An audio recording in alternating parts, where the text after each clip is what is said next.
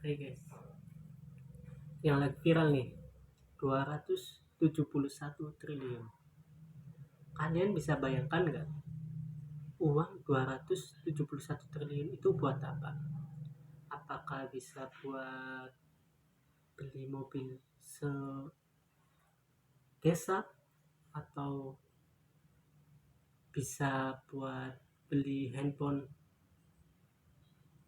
seluruh kota, atau bisa mensejahterakan rakyat Indonesia? Tapi kenapa sekarang rakyat Indonesia belum sejahtera? Kalian tahu nggak? Karena adanya korupsi. Kalian tahu korupsi itu apa? Menjijikkan,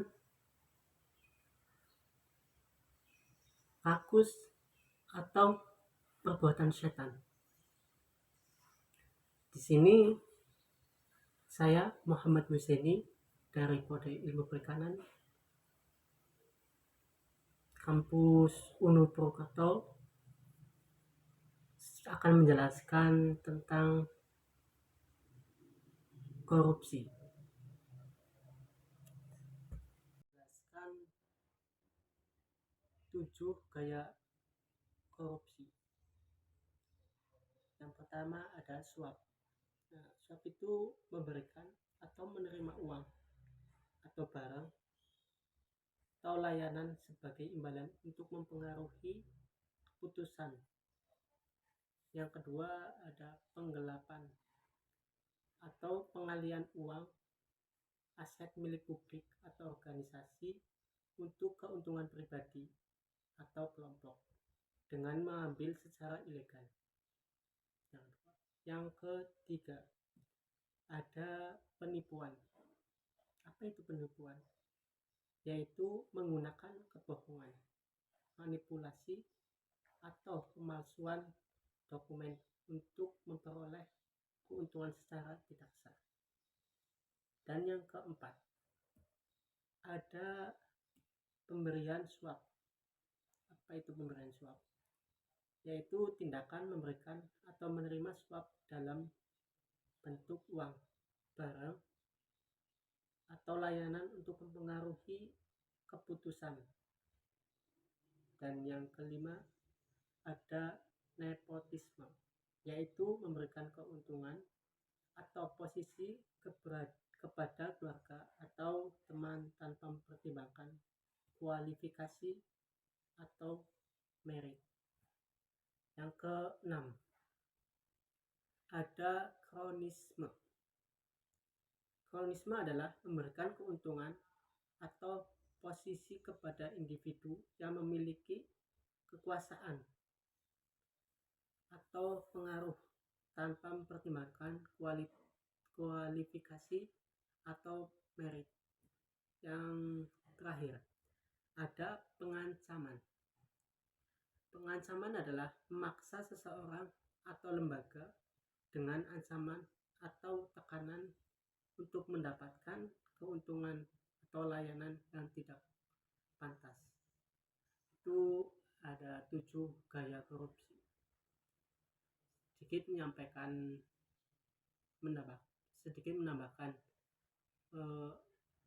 di Indonesia itu karena kurangnya mempelajari atau kurangnya melaksanakan dengan baik apa itu anti korupsi. Kalau semua orang melaksanakan anti korupsi, pasti semua rakyat Indonesia sejahtera. Itu pentingnya belajar anti korupsi. Terima kasih. Mencegah korupsi dari diri sendiri. Pertama, hidup sesuai kemampuan. Salah satu hal yang mendorong kita melakukan korupsi karena seringnya kita tidak merasa cukup dan bergaya hidup yang tidak wajar. atau melebihi kemampuan kita. Jangan banyak membandingkan diri sendiri dengan orang lain. Yang kedua, mengatur manajemen waktu. Disiplin waktu dalam menjalani kegiatan sehari-hari dapat membuat perencanaan kegiatan harian akan berjalan dengan baik dan dapat mengurangi korupsi dalam hal waktu. Yang ketiga, fokus kepada kinerja dan tanggung jawab pribadi. Selesaikan segala pekerjaan dengan baik dan sesuai kesepakatan atau aturan yang ada. Dengan hal itu kita tidak akan meleset dari aturan tersebut sehingga dapat meminimalkan korupsi. Yang keempat, mengatur pengeluaran. Catat pengeluaran kita dan bedakan pengeluaran tersebut dengan kebutuhan berdasarkan kebutuhan dan keinginan. Upayakan kebutuhan dapat tercukupi terlebih dahulu daripada keinginan. Hal ini berhubungan dengan gaya hidup yang sederhana. Terus yang terakhir, yang selalu bersyukur, karena bersyukur dari apa yang kita miliki dan bersyukur dengan apa yang telah kita raih hari ini mencegah tindakan korupsi